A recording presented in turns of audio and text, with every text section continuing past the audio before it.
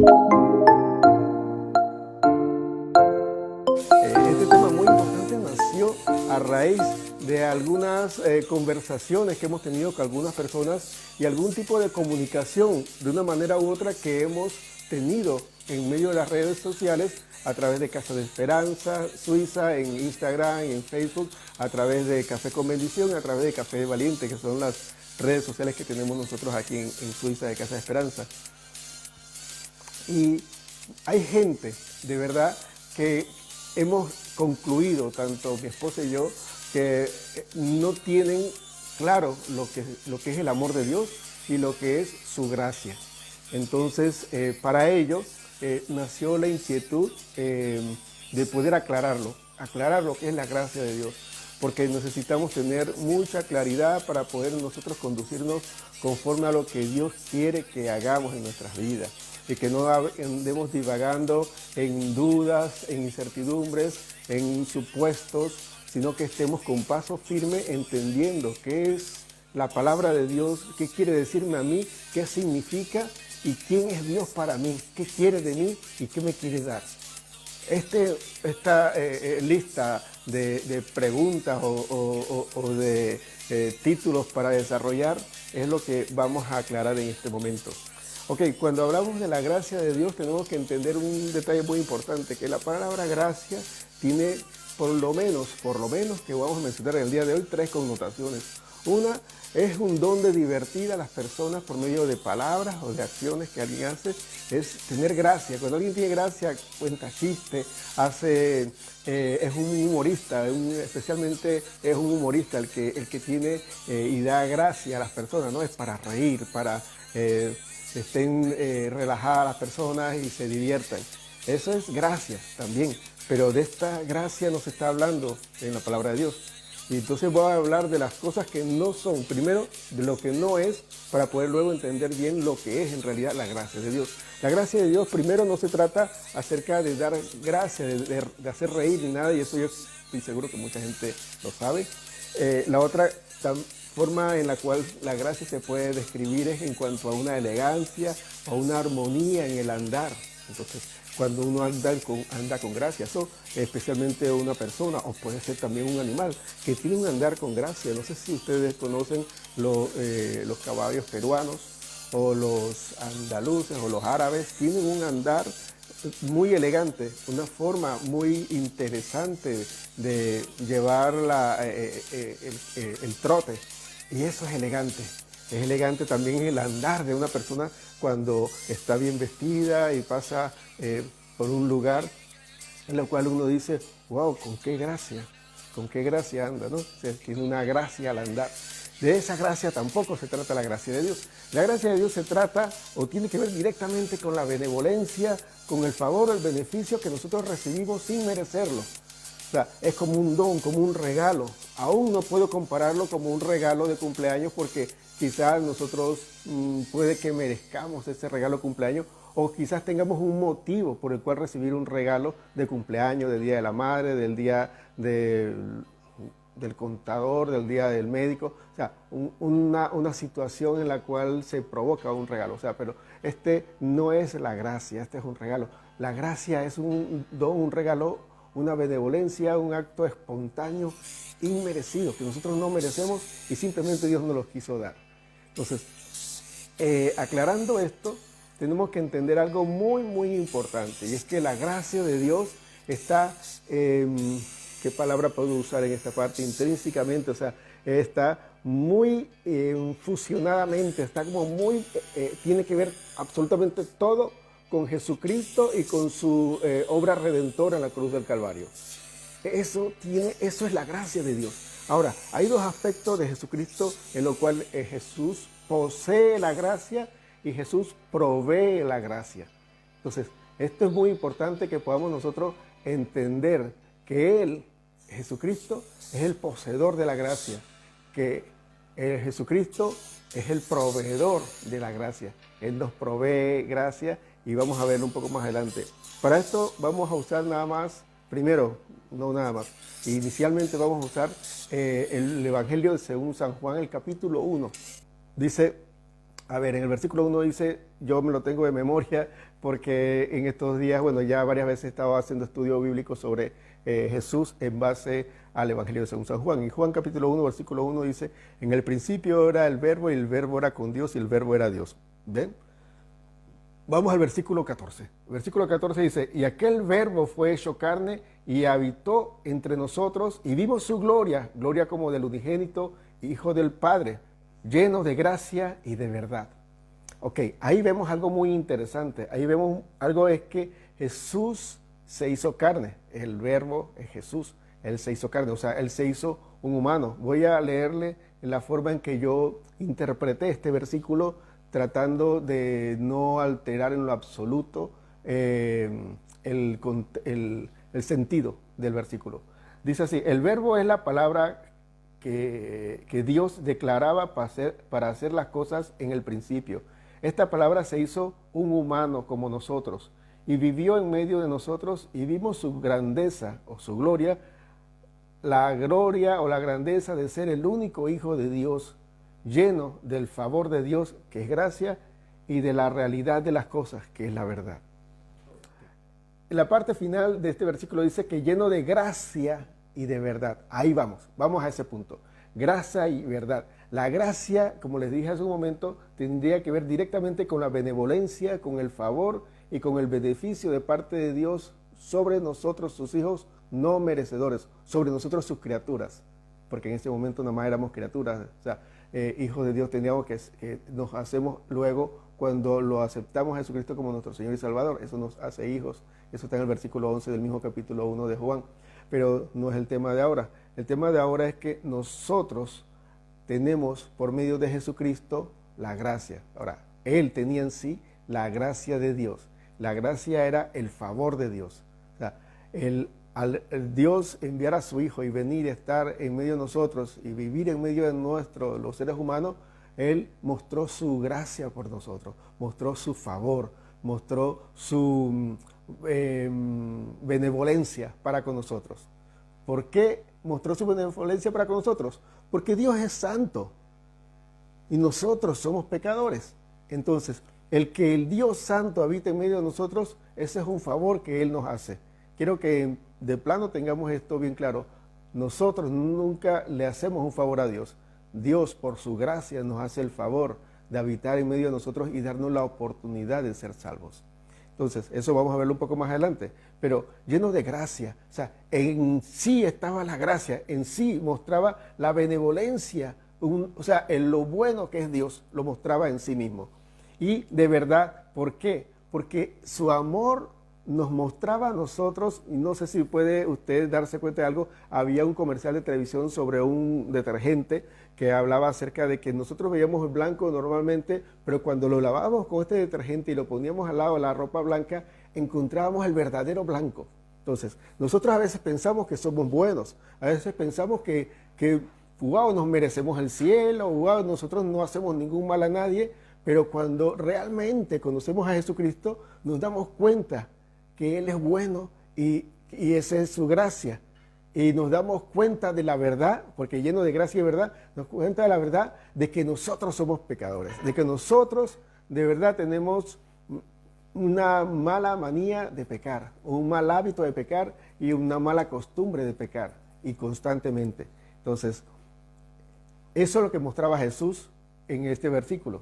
Quiero que sigamos un poquito más adelante, ahí mismo donde estamos en Juan capítulo 1, vamos al 16, avanzando rapidito, dice el versículo 16 dice, porque de su plenitud tomamos todos, hablando de Jesús, y gracia sobre gracia. ¿Qué significa gracia sobre gracia? Es el favor sobre favor, es el beneficio o la bendición sobre bendición. Ahora, ¿por qué favor sobre favor? Porque su benevolencia vino a nosotros siendo nosotros injustos, siendo ingratos y siendo malos una y otra vez. Porque favor, gracia sobre gracia, vino favor sobre favor, porque usted conoce a Dios y usted no cambia del todo. Usted necesita que Dios le extienda su favor, como decía la palabra en Jeremías, con amor eterno te he amado, tanto prolongué mi misericordia. O sea, la misericordia empieza a prolongarse, la gracia viene a venir sobre gracia, porque nosotros lamentablemente somos duros de cerviz, somos duros de cabeza. Nosotros sabemos que algo no está bien y nosotros seguimos haciéndolo. Nosotros sabemos qué es lo bueno que hay que hacer y nosotros demoramos para hacerlo. Nosotros sabemos que Dios nos ama y nosotros seguimos actuando con desprecio, con ingratitud, y necesitamos siempre que la gracia y la misericordia para con nosotros se siga extendiendo.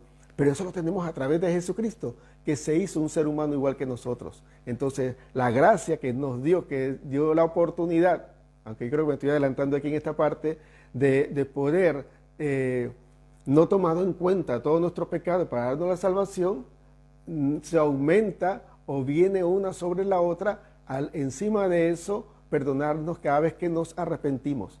Ahora, esto empezamos a andar sobre una línea muy delgada, pero eso quiero aclararlo un poco más en Romanos. Quiero terminar Juan para irnos a Romanos e ir terminando, porque esto no va a ser muy largo, ¿no? Llevamos apenas unos 15 minutos, pero se pone buena la cosa. El versículo 17, ahí después del 16 que acabamos de leer, dice: la ley por medio de Moisés fue dada, pero la gracia y la verdad vinieron por medio de Jesucristo. Okay, esto es muy, muy interesante y yo quiero que usted lo lea muy detenidamente y muy analíticamente. Dice, la ley por medio de Moisés fue dada, pero la gracia y la verdad vinieron por medio de Jesucristo. ¿A que usted no sabía que en unos 3 versículos se mencionaba tanto la gracia? Por medio de Moisés Dios nos dijo lo que quería y esperaba que nosotros hiciésemos. Esa es la ley. Él nos mandó una serie de mandamientos que nosotros tenemos que cumplir. Entonces, por medio de la ley, Moisés nos dio, o Dios usó a Moisés a través de la ley para decirnos a nosotros qué Él quería que nosotros hiciésemos. Ahora, pero la gracia y la verdad vinieron por medio de Jesucristo. Eso significa que por medio de Jesús, Dios nos ofreció conocer su corazón, su deseo para con nosotros. Ok, primero con Moisés, Dios nos mostró qué Él quería de nosotros, qué debemos nosotros hacer. Y por medio de Jesucristo, Dios nos mostró su corazón, cómo Él nos daba una oportunidad, cómo Él quería que nosotros estuviésemos con Él, porque el motivo de la ley era santificarnos. El motivo de la ley no era que nosotros fuéramos miserables o que nosotros tuviéramos que sufrir o padecer obligadamente. No, la ley era la que nos corregía. Eso dice en otra parte el apóstol Pablo, que la ley era nuestro ayo, o sea, nuestra nana, nuestro cuidador, quien nos corregía, o nuestros maestros de primaria, quien nos dice, hay que hacer así, hay que sentarse así, hay que llegar a las 7 de la mañana al colegio, hay que cumplir estos deberes. Entonces nos va corrigiendo la ley, pero para luego darnos un beneficio más grande. Entonces nosotros malentendemos la ley y pensamos que la ley es pesada, la ley es como que agobiante. ¿Pero por qué? Porque nuestra naturaleza pecaminosa no quiere cumplir la ley, no quiere agradar a Dios. Nuestra naturaleza pecaminosa quiere agradarnos a nosotros mismos, y eso va a ser un tema de la próxima prédica, no sé si de este próximo domingo, pero más adelante vamos a predicar acerca de esto. Pero la ley lo que busca es acercarnos a Dios. Ahora, como esto de una forma u otra fue muy pesado, porque fue como muy complicado poder cumplirlo, el Señor mandó a Jesucristo su Hijo, para que a través de la gracia y la verdad nosotros podamos conocer el corazón de Él y conocer realmente nuestra verdad, nuestra realidad, que nosotros somos pecadores compulsivos, que nosotros vamos de pecado en pecado e insistentemente nosotros tenemos una actitud de injustos, de ingratos, tenemos unas acciones de injustos y tenemos toda una mentalidad de malos. Y eso no quiero decir con esto de que somos la peor escoria del mundo, pero es que nuestra naturaleza pecaminosa no se acerca a la bondad de Dios, y por eso entonces la ley estaba tratando de guiarnos. Ahora Dios dice, vamos a hacer algo, voy a mostrarles mi corazón para que entiendan que mi ley no era simplemente imponerles algo que fuera gravoso para ustedes, sino que mi ley era una corrección para que ustedes fueran mejores. ¿No lo entendieron? Bueno, ahora entiendan mi corazón, que yo los amo, que yo los quiero conmigo, que yo quiero tener un plan, que yo voy a mostrarle el camino, la vida y la verdad por medio de mi Hijo Jesucristo. Pero eso solamente lo entendemos cuando nosotros empezamos a morir al pecado. Cuando nosotros las cosas que nos separan de Dios son las que nosotros apartamos de nuestra vida para acercarnos a Dios. No apartar un poco a Dios para que nuestra vida siga siendo lo normal que nosotros vivíamos o éramos siempre. Dios quiere cambiarnos, porque al cambiarnos nosotros seremos mejores y esto está 100% garantizado. Usted no dude en ningún momento de que cuando usted cambia por medio de Jesucristo para agradar a Dios, usted va a ser mejor. Nunca lo dude. Siempre será 100% mejor en absolutamente todos los aspectos de su vida, en lo profesional, en lo emocional, en lo familiar, en lo financiero, en lo espiritual, sobre todas las cosas. Usted va a ser mejor, mucho mejor de lo que es hasta ahora, pero tiene que cambiar la mentalidad de conformista, de pensar de que hasta aquí esto es, o de que usted no puede ser mejor, de que usted no podría cambiar, o que está muy difícil, eso de ser santo, eso de estar consagrado para el Señor. Ese es un estándar alto, pero tú y yo podemos hacerlo por medio de Jesucristo. Esto está muy bueno y esto está tremendo en cuanto a que podamos cada día más entender nosotros como cristianos de qué se trataba la ley de Moisés a través de los israelitas, a través de que nos ha llegado a nosotros, porque igual la tenemos nosotros en el Antiguo Testamento, que es parte de nuestras normas de vida, nuestros principios bíblicos. O sea, está el Antiguo Testamento donde está la ley de Moisés y nosotros de una manera u otra la cumplimos, no en una ley judía, sino por medio de una obediencia a lo que Dios nos enseñaba a través del ejemplo de su trato con el pueblo de Israel. Porque nosotros somos los gentiles, nosotros somos aquellos que hoy día vivimos luego de que Dios ha tenido un trato directo con su pueblo Israel. Ahora Jesucristo tiene un trato directo con su pueblo adoptivo, con su rama injertada, con nosotros que somos los gentiles, que somos ahora nuevas criaturas y somos hechos hijos de Dios por medio del creer en Él y confesarlo con nuestras bocas. Entonces, eso tiene que ver con nosotros, la ley tiene que ver con nosotros, pero sobre todo tiene que ver con nosotros la gracia. ¿Qué estamos haciendo tú y yo con la gracia? Para ir terminando, vamos a encontrar dos pasajes. Romanos capítulo 5 para el final, los dos últimos versículos, lo empatamos con los dos primeros versículos del capítulo 6 de Romanos. Así que vamos al libro de Romanos, que está, ustedes saben, ¿no? En el Nuevo Testamento, Mateo, Marcos, Lucas, Juan, Hechos y Romanos. Entonces, Romanos. Vamos entonces a encontrar Romanos. En el libro de Romanos capítulo 5, seguimos hablando un poco acerca de la ley y aclarando un poco de detalles de esto, ¿no? Esto, acuérdense, esta carta fue escrita a los romanos, no a los judíos. Así que en cuanto a la ley, esto también implicaba a ellos. O sea, implica, alude a nosotros. Nosotros nos tenemos que sentir aludidos en cuanto a cuando se habla de la ley. Dice el versículo 20 y 21, que son los dos últimos versículos del capítulo 5 de Romanos, dice: la ley se introdujo para que el pecado abundase, mas cuando el pecado abundó, sobreabundó la gracia, para que así como el pecado reinó para muerte, así también la gracia reine por la justicia para vida eterna mediante Jesucristo, Señor nuestro. Mucha gente que conoce de la palabra de Dios, mucha gente que ha vivido al lado de una iglesia en algún momento, yo sé que ha escuchado donde abundó el pecado, sobreabundó la gracia. Entonces, quiero leer lo que escribí aquí cuando estuve preparando las notas y luego entonces ampliamos un poco este detalle. Dice: por medio de la ley sabemos lo que es bueno y lo que es malo. En ese proceso descubrimos que somos pecadores compulsivos porque encontramos muchas cosas que Dios nos muestra que no le agrada y son nuestra práctica diaria. Ahí nos convertimos en pecadores conscientes de que pecamos abundantemente. Es en medio de esa conciencia que sabemos que la gracia de Dios, o sea, su favor, opera mediante la misericordia que no nos da lo que merecemos, la muerte o el castigo. Ahí es que sobreabunda la gracia sobre nuestro abundante pecado. Okay.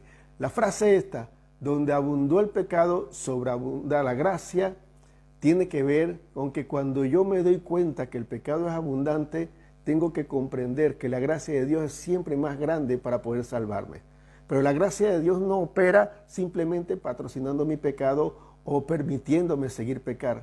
La gracia de Dios opera en que cuando yo me doy cuenta de cada una de las cosas que en mi vida son pecado, yo tengo la gracia de poder clamar a Jesucristo para que la salvación me libre de esos pecados, para que Él me pueda limpiar de mis pecados y mis faltas. Esto vamos a verlo más adelante en Efesios 2, pero esta es una de las bases principales en las cuales muchas personas empiezan a trastabillar y decir que donde abunda el pecado sobreabunda la gracia. Así que nos vamos en versículos 1 y 2 de Romanos 6. Quiero que sepan que los capítulos y los versículos se establecieron mucho más adelante. Cuando Pablo escribió la carta a los romanos, todo eso estaba de seguido. Así que leyéndolo de seguido, donde abunda el pecado, sobreabunda la gracia. Dice el versículo 1 del capítulo 6 de Romanos, léanlo conmigo. Dice, ¿qué pues diremos? Perseveraremos en el pecado para que la gracia abunde. Dice, hay gente que tiene ese tipo de mentalidad. Dice el versículo 2, de ninguna manera, porque los que hemos muerto al pecado, ¿cómo viviremos aún en él? Quiero que sepan algo muy importante. Una vez que tú conoces el pecado por medio de la ley, la abundante gracia te puede rescatar, pero mediante tu muerte al pecado. ¿Y cuál es la muerte al pecado? El recibir a Jesús como tu Señor y Salvador. Eso te hace morir al pecado. Dice Jesús en el capítulo 3 de Juan, el evangelio que estuvimos leyendo al principio, cuando hablaba con Nicodemo, dice, es necesario que el hombre nazca de nuevo para que vaya al reino de los cielos. Porque no puede haber otra manera, porque uno nace aquí en la carne, pero tiene que nacer en el espíritu. Entonces, si naces en agua, en espíritu, entonces puedes entrar al reino de los cielos. Ahora, ¿de qué se trataba esto? Se trataba de que la gracia salvadora de Jesucristo te da la oportunidad de que todos tus pecados hasta este momento sean perdonados y sean tirados atrás y tú empiezas a vivir una nueva vida en Cristo Jesús. Eso sigue desarrollándose en Efesios más adelante. No, eso está en Romanos 6, del 3 en adelante. De que nuestra vida tiene que morir al pecado como Cristo murió y luego resucitó, y nosotros en el bautismo vivimos la muerte y la resurrección de Cristo para estar en una vida nueva, no para seguir viviendo en el pecado. Entonces, cuando usted es una persona que conoce la palabra de Dios, que empieza a congregarse, que se bautiza, que empieza a tomar una decisión por Jesucristo, usted no puede vivir en pecado, o no debe. O sea, porque usted empieza a ser consciente del pecado. Hay pecados, como decía el salmista, que me son ocultos, en lo cual yo le oro al Señor, le digo, Señor, líbrame de mis pecados ocultos. Lo que me vas a mostrar más adelante, yo quiero ya empezar a ser santo y santo para ti, separado para ti, porque quiero vivir en esta novedad de vida por la salvación que me has dado, por el arrepentimiento que he tenido, ya que he muerto a mis pecados anteriores. No quiero seguir a donde yo me doy cuenta que estoy viviendo un pecado, que estoy cometiendo algún pecado. Mi parte es presentarme delante del Señor y Señor, ayúdame, Espíritu Santo, toma el control en este momento de esta situación y yo quiero salir de este pecado, no quiero vivir en él. Pero no podemos vivir en sinvergüenzuras de pecado, entendiendo malamente de que la gracia es la que me va a permitir que ese pecado no sea visto delante de Dios como algo grosero. La gracia es la que me da la oportunidad de yo morir a ese pecado y ser salvo, porque ya al cometer pecado simplemente el resultado es la muerte. Eso establecido está desde el Génesis, pero la gracia me da la oportunidad de arrepentirme y entonces cambiar mi vida y renovar mi vida. Y entonces tenemos que esta disyuntiva en la cual muchas personas viven. Pero es que yo estoy viviendo una situación pecaminosa o se ha mostrado que eso no está bien delante del Señor, pero ¿cómo hago? Porque es que esto me gusta, o esto siento que no lo puedo dejar, o esto es difícil.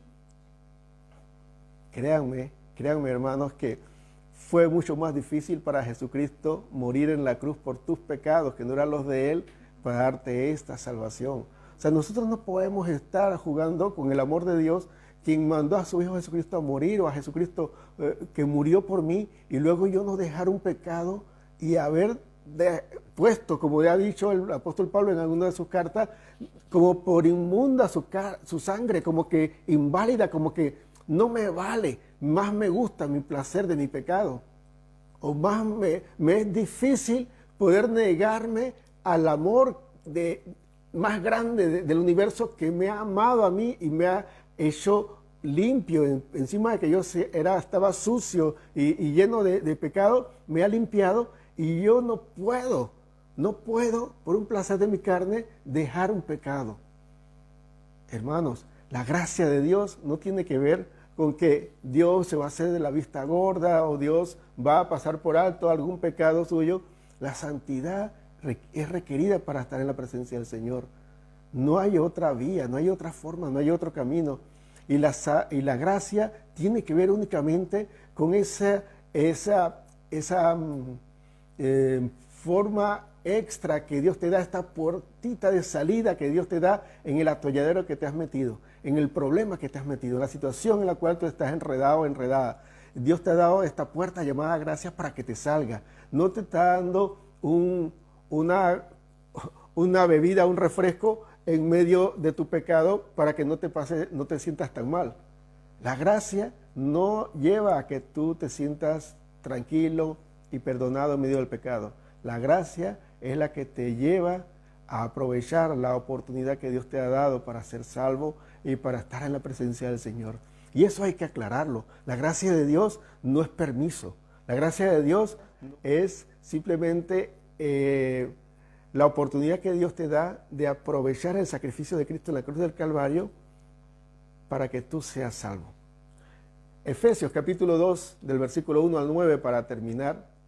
Él, Jesucristo, os dio vida a vosotros cuando estabais muertos en vuestros delitos y pecados, en los cuales anduvisteis en otro tiempo, siguiendo la corriente de este mundo, conforme al príncipe de la potestad del aire, el espíritu que ahora opera en los hijos de desobediencia, entre los cuales también todos nosotros vivimos en otro tiempo, en los deseos de nuestra carne, haciendo la voluntad de la carne y de los pensamientos, y éramos por naturaleza hijos de ira, lo mismo que los demás. Versículo 4. Pero Dios, que es rico en misericordia, por su gran amor con que nos amó, aun estando nosotros muertos en pecados, nos dio vida juntamente con Cristo. Por gracia sois salvos. Y juntamente con Él nos resucitó y asimismo nos hizo sentar en los lugares celestiales con Cristo Jesús, para mostrar en los siglos venideros las abundantes riquezas de su gloria en su bondad para con nosotros en Cristo Jesús. Porque por gracia sois salvos y por medio de la fe, y esto no de vosotros, pues es don de Dios, no por obras, para que nadie se gloríe, para que nadie se jacte, nadie lo presuma de que yo soy salvo porque me conduje bien, porque soy muy bueno, porque no he pecado. No, es por gracia. ¿Qué gracia? Es la bondad, es el favor que Dios ha tenido para con nosotros, porque todos hemos pecado. Pero nosotros vivíamos en un mundo de pecado anteriormente. Espero que hoy día los que somos cristianos no estemos viviendo un mundo de pecado, pero sabemos que normalmente estaremos lidiando con algunos pecados que tenemos que, ir resolviendo, ir tratando y poniendo delante del Señor para poder agradarle a Él y para poder ser mejores, como decía al principio.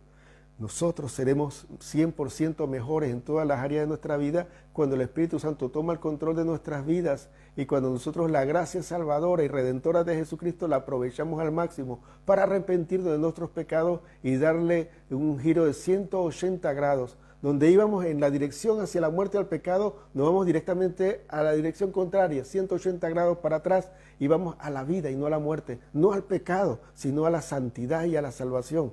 Aprovechamos la gracia. La gracia de Dios no se trata de que yo estoy viviendo en un pecado y bueno, Dios me perdona porque su gracia me salvó.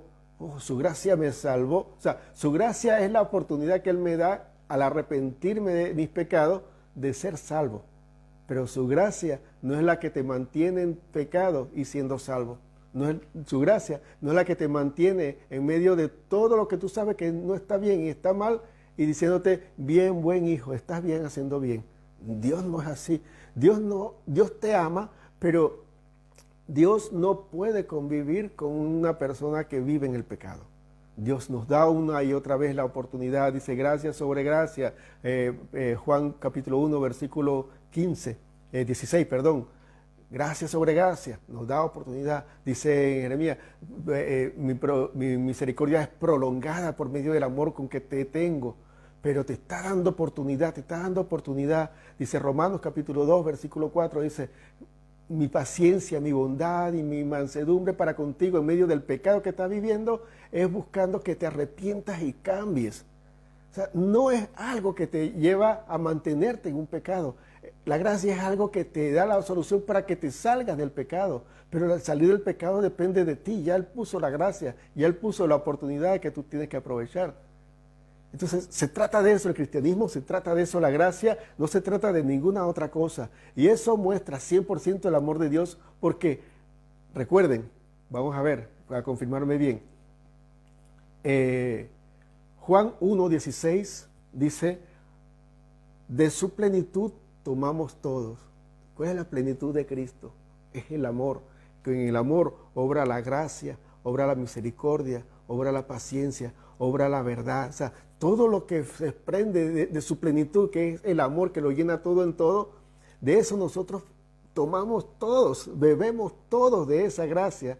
Entonces nosotros tenemos que aprovechar esa gran oportunidad que tenemos. Tú y yo tenemos la oportunidad 100% de ser mejor de lo que somos hasta ahora. Pero si hasta hoy día estamos nada más un 30% o estamos nada más un 60% con Dios y no llegamos al 100%, no tiene que ver con Dios, tiene que ver con tu decisión de entregarte 100% al Señor y de permitirle al Espíritu Santo que gobierne tu vida y de tener una óptica correcta de la gracia, que la gracia no es la que te permite seguir pecando, la gracia es que te da la oportunidad de salir de la vida de pecado. No hay otra forma en la que podamos ver la gracia. Si existe alguna otra forma de ver la gracia, no creo que venga de parte de la Biblia. La Biblia nos muestra en todas las formas de que nuestra vida tiene que ser santa, de que nuestra vida debe ser corregida, de que nuestra vida debe cambiar, de que nuestra vida tiene que haber arrepentimiento del pecado, no tener una convivencia con el pecado y una convivencia con Dios. Nuestra Biblia habla 100% de que la gracia redentora de Jesucristo es la gran oportunidad que Dios nos da para salvarnos de esta vida de pecado, que quiero que sepan en realidad es muy miserable. Por mucho que nosotros pensemos que la disfrutamos aquí en la tierra, eso va a ser peor después en el siglo venidero. Cuando se habla en la palabra del siglo venidero, habla de la eternidad. Así que la gracia abundante y eterna, en la vida eterna, nosotros la vamos a disfrutar al 100%. Aquí tenemos la gracia por medio del sacrificio de Cristo en la cruz del Calvario. Pero nos toca a ti y a mí el poder ser objetivos con esa gracia, aprovecharla al 100% para cambiar, para arrepentirnos de nuestros pecados, sabiendo que en el arrepentimiento de nuestros pecados, esa gracia abundante nos llena, nos cambia, nos transforma y nosotros somos distintos y no somos iguales. Quiero orar para que Dios nos ayude. Si usted ha recibido a Jesús en su corazón, usted tiene el Espíritu Santo, que es el Paracleto, es el Consolador, pero más que Consolador el Paracleto es algo mucho más integral, es mucho más completo, quien te ayuda, quien te sostiene, quien te levanta, quien te consuela, quien te llena, quien te lleva y quien te guía. Si tienes el Espíritu Santo, tienes una gran ventaja. Si tú no has recibido a Jesús en tu corazón todavía, yo te invito a que lo recibas en esta noche y le digas, Señor Jesús, yo quiero que tú seas el Señor de mi vida, yo quiero entregarte mi vida por completo y quiero que haya una transformación integral de mi ser, que mis pensamientos, que mis actitudes, que mis maneras de pensar, que el conocimiento, que todo lo que existe dentro de mí, que es intangible, sea transformado por tu gloria en mi vida y que me haga ser hijo de Dios. Señor Jesús, yo te pido que tú me ayudes a ser parte de la familia de Dios y que tú me ayudes a ser un cristiano verdadero y genuino. En el nombre de Jesús. Y si tú ya eres cristiano, pero estás viviendo una vida de pecado consciente, yo sé que hay cosas en las cuales nosotros estamos tratando y estamos lidiando para poder superarnos, pero yo le estoy hablando a aquellos que se han no resignado, sino a aquellos que son, perdón que le diga, son sinvergüenzas, saben qué es lo que tienen que cambiar y se quieren excusar con la gracia de Dios. Si tú eres de esas personas que hasta el día de hoy ha dicho, bueno, esta parte de pecado que la cubra la gracia de Dios, porque yo sigo pecando, yo sigo... O sea, si tú eres de esas personas que han seguido, que siguen conviviendo con el pecado a conciencia, yo quiero que tú ores conmigo para que podamos entregar esto en la mano de nuestro Señor Jesucristo y que aprovechemos este tiempo preciso que todavía el Señor nos regala antes de su segunda venida para arrepentirnos y poder estar preparados para cuando Él venga. Así que yo te pido que tú ores conmigo. Señor, en el nombre de Jesús, yo te presento esta situación en mi vida. Yo pienso a veces que es muy difícil cambiarla por mi forma de pensar, por lo que experiencias que tengo, por mi criterio, por el que dirán, porque yo no me siento capaz. Pero yo te pido en el nombre de Jesús que tú me ayudes a cambiarlo, porque si tú me has mostrado que no te agrada, si no te agrada a ti, no me debe agradar a mí, Señor. Porque yo quiero amarte, quiero corresponder a tu amor, pero al 100%. Yo no quiero tener ninguna excusa para mantenerme en pecado. Yo quiero aprovechar todas las oportunidades que me da tu gracia para librarme de cada uno de mis pecados en mi vida. Te pido específicamente por este pecado en el cual yo estoy viviendo, Señor, para que tú me libres de él, para que tú me ayudes a poder superarlo, que me des la fortaleza suficiente para ser firme y decir no en el momento que tengo que decir que no. Si hay que alejarse de la internet, de las redes sociales, si hay que alejarse de personas, si hay que separarse de personas o alejarse de lugares, hay que hacerlo. Pero nuestra salvación no podemos jugar con ella teniendo a la mano una salvación tan grande y menospreciarla por un deleite, por un placer de la carne. Antes vivíamos en esas cosas, pero ahora que tenemos nueva vida en Cristo, como dice en Efesios, no podemos vivir en pecado. Tenemos que morir a ese pecado, Señor, y te pido que tú me ayudes, Dios, a morir al pecado en el cual yo mismo no había renunciado antes por alguna excusa quizás para mí válida, pero realmente delante de ti no hay ninguna excusa válida para convivir con un pecado, Señor. Ayúdame en el nombre de Jesús. Amén.